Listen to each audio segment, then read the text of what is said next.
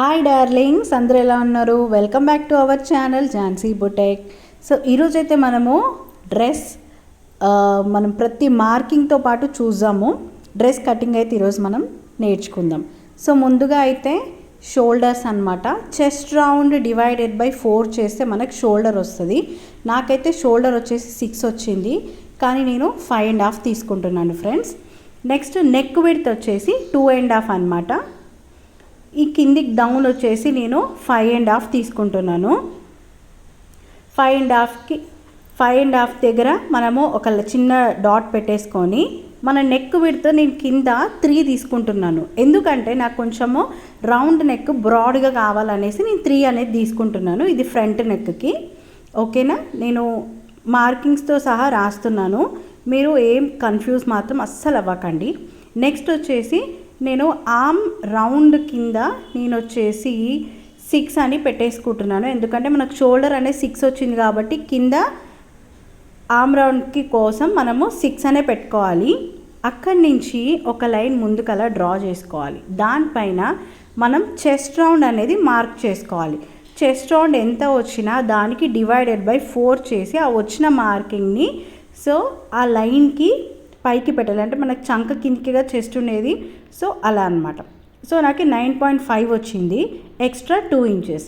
Arm round దగ్గర ఎవరికైనా కానివ్వండి, అంటే 30 to 35 వరకు కూడా, 30 బిలో ఉన్న వాళ్ళకైతే 1 తీసుకోండి, 30 నుంచి మాత్రము 1.5 తీసుకోండి ఆర్మ్ రౌండ్ దగ్గర. నెక్స్ట్ నేను మళ్ళీ వేస్ట్ లెంత్ అనమాట, నేను వచ్చేసి 13 పెట్టుకుంటున్నాను. వేస్ట్ లెంత్ అంటే మన నడుము రౌండ్ డివైడెడ్ బై 4 అనమాట. 4 చేస్తే ఎంత వచ్చింది? సో 8.5 వచ్చింది అనమాట,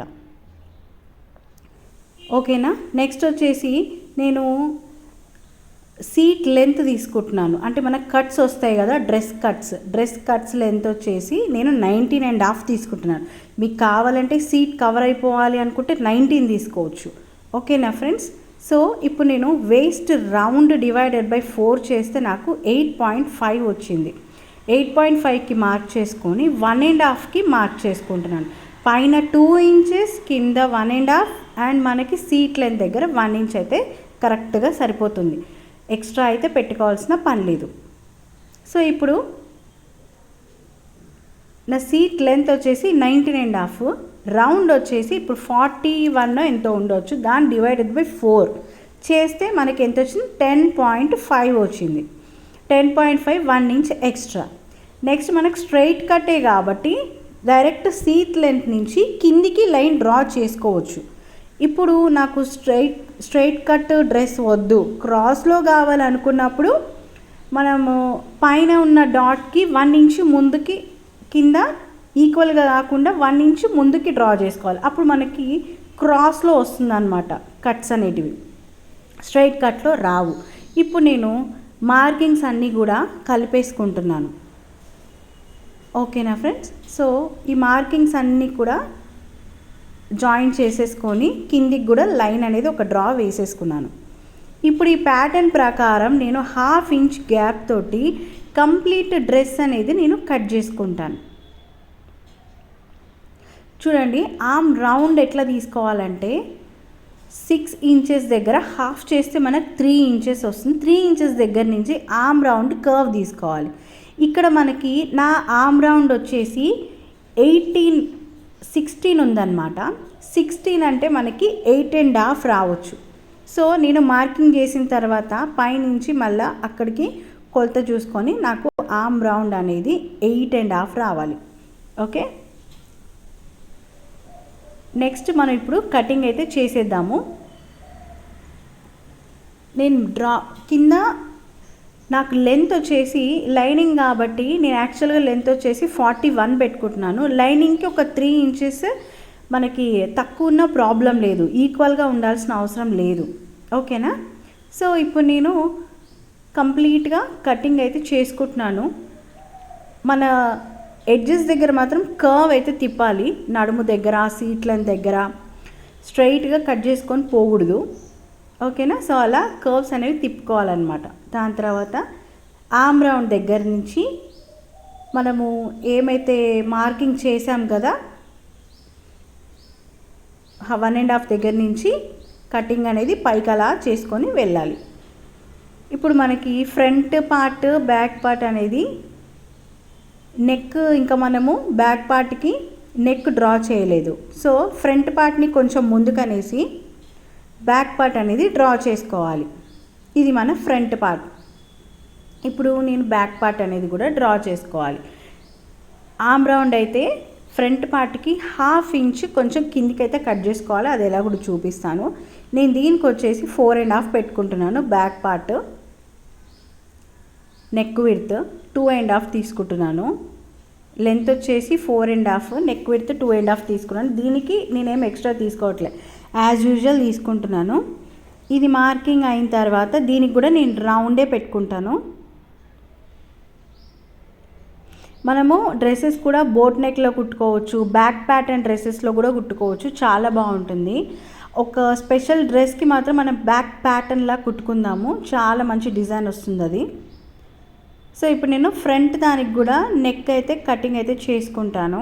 చూడండి, ఆర్మ్ రౌండ్ మనం ముందుకి బ్లౌజ్కైనా డ్రెస్కైనా దేనికైనా ఒక 1/2 ఇంచ్ విడ్త్ కిందికి డ్రా చేసుకొని అది మన కటింగ్ అయితే చేసుకోవాలి. బ్యాక్ పార్ట్కి అయితే ఎలాంటి కటింగ్ చేయాల్సిన అవసరం లేదు, ఓన్లీ ఫ్రంట్కి మాత్రమే 1/2 ఇంచ్ అనేది కిందికి దింపుకోవాలి, ఎందుకంటే మనకు చంకల్లో టైట్ అయిపోతుంది కాబట్టి.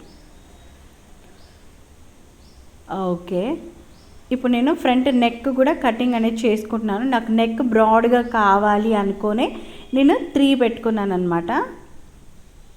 మిగతా అంతా యాజ్ యూజువల్. సో మీకు కొలతలతో పాటుగా మీకు ఫ్రంట్ పార్ట్ అయితే నేను పర్ఫెక్ట్ ప్యాటర్న్ అయితే అయిపోయింది, కటింగ్ కూడా అయిపోయింది. ఇప్పుడు నెక్స్ట్ మనము హ్యాండ్స్ అయితే తీసుకుందాం. Same as usual foldings 4 foldings చేయాలి. క్లోజింగ్ మన సైడ్ ఉండాలి, ఓపెనింగ్స్ మన ఎదురుగా ఉండాలి.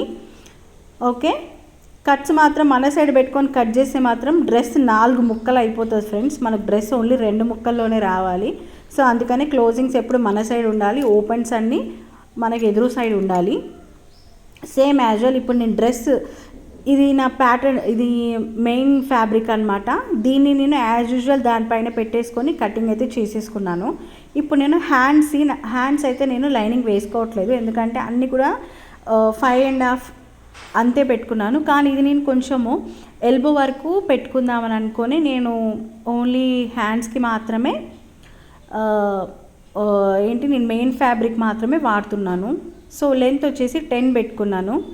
10 పెట్టుకొని నేను ఒక లైన్ అయితే వేసేసాను. మనకి కిందికి లెంత్ అనేది 3.5 ఖచ్చితంగా దింపుకోవాలి. ఇప్పుడు 30 బిలో ఉన్న వాళ్ళకైతేనేమో 3 ఓకే, మరీ బక్కగున్న వాళ్ళకి 2.5 ఓకే. కానీ కొంచెం చెబ్బిగా హెల్తీగా ఉన్న వాళ్ళకి మాత్రం 3.5, 4 కూడా దిగుతుంది అనమాట, అంటే వాళ్ళ హ్యాండ్ సైజ్ బట్టి. సో ఇప్పుడు నా ఆర్మ్ రౌండ్ వచ్చేసి 16 కాబట్టి 8కి నేను క్రాస్గా మార్క్ చేసుకొని ప్లస్ ఎక్స్ట్రా 2 తీసుకున్నాను. కింద నా హ్యాండ్ రౌండ్ వచ్చేసి 6.5 వచ్చిందనమాట. హ్యాండ్ రౌండ్ 6.5కి 12 కదా, డివైడెడ్ బై 2, 6కి 6.5కి మార్క్ చేసుకొని ఎక్స్ట్రా 2 ఇంచెస్ పెట్టుకున్నాను. సో చూసారా నేను ఎలా డ్రా చేశానో, జస్ట్ చేతితోటే అలా కర్వ్గా తిప్పేసుకోవాలి. అంటే నాకంటే హ్యాండ్ బాగా తిరుగుతుంది కాబట్టి నేను పెట్టుకోగలుగుతాను. హ్యాండ్ కట్ చేసేటప్పుడు ఫ్రెంచ్ కర్వ్తో ఎలా మార్కింగ్ చేయాలనేది కూడా ఒక వీడియో చేస్తాను ఫ్రెండ్స్, షార్ట్స్లో పెడతాను. ఇప్పుడు నేను హ్యాండ్ అయితే కట్ చేస్తున్నాను, ఇలా కొంచెం కర్వ్గా తిప్పుకోవాలన్నమాట. సో మన లాస్ట్ మార్జిన్ దగ్గర కట్ చేసుకుంటే హ్యాండ్ కటింగ్ అయితే అయిపోతుంది. దీనికి కూడా నేను పైపింగే వేయాలనుకుంటున్నాను. కింద అయితే అన్ఈవెన్గా ఉంది కదా, దాన్ని కూడా నేను లెవెల్ చేసేసుకుంటా. ఇప్పుడు నేను పైన 2 హ్యాండ్స్కి మాత్రము, అంటే 2 సైడ్ హ్యాండ్స్కి ఫ్రంట్ సైడ్ ఏదైతే ఉందో దాన్ని లోతులు అయితే మార్కింగ్ చేసుకుంటున్నాను. 1 ఇంచ్ వదిలేసి అక్కడి నుంచి లైట్గా అలా, ఇలా నేను ఇప్పుడు ఎలా మార్కింగ్ చేసుకున్నానో అలా మార్కింగ్ చేసుకొని కటింగ్ అయితే చేసుకుంటే మనకి ఇది ఫ్రంట్ సైడ్ వస్తాయి. ఏదైతే కొంచెం ఎక్కువ ఉందో అది బ్యాక్ సైడ్ వస్తుంది అనమాట. సో ఇలా ఫ్రంట్ సైడ్ కాబట్టి దాన్ని మార్కింగ్ అయితే కొంచెం కట్స్ అయితే పెట్టుకోవాలి, మనకు గుర్తుంటుంది. సో దీనికి నేను లైనింగ్ అయితే వేయట్లేదు, ఎందుకంటే మనకి ఇంత క్లాత్ అంటే మనకి లైనింగ్ క్లాత్ మిగలలేదు. సో అందుకని నేను దీనికి మాత్రం కొంచెం పెద్దగా పెట్టుకుందామని. సో లైనింగ్ ఎలా మార్కింగ్ అయితే చేశానో సేమ్ అలాగే నేను మెయిన్ ఫ్యాబ్రిక్ కూడా కట్ చేసుకొని పెట్టేసుకున్నాను. సో నెక్స్ట్ వీడియోలో స్టిచ్చింగ్ చూద్దాం friends. Take care, bye bye.